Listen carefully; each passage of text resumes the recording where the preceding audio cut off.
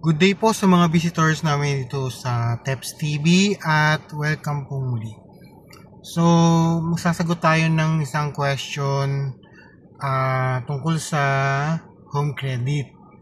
So, nakatanggap ako ng comment kay Gerald Dostera. At ang tanong niya ay paano pag may demand letter na? Kasi yung topic sa video na yon is about kakasuhan ba ng home credit kung super delay na yung pagbabayad sa utang.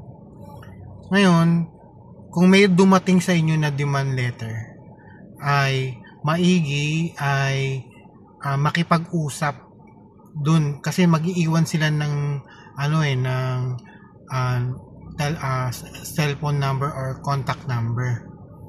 Ngayon, kesa meron kasing pumupunta rin sa bahay na kolektor.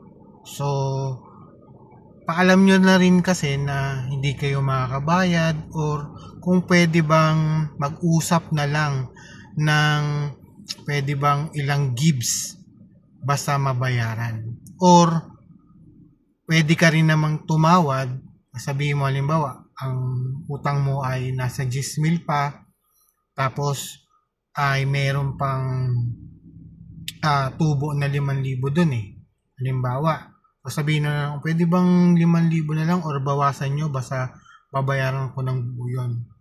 So, minsan pumapayag na yung mga kolektor basta meron makuha at humingi kayo ng kasulatan na kayo'y bayad na.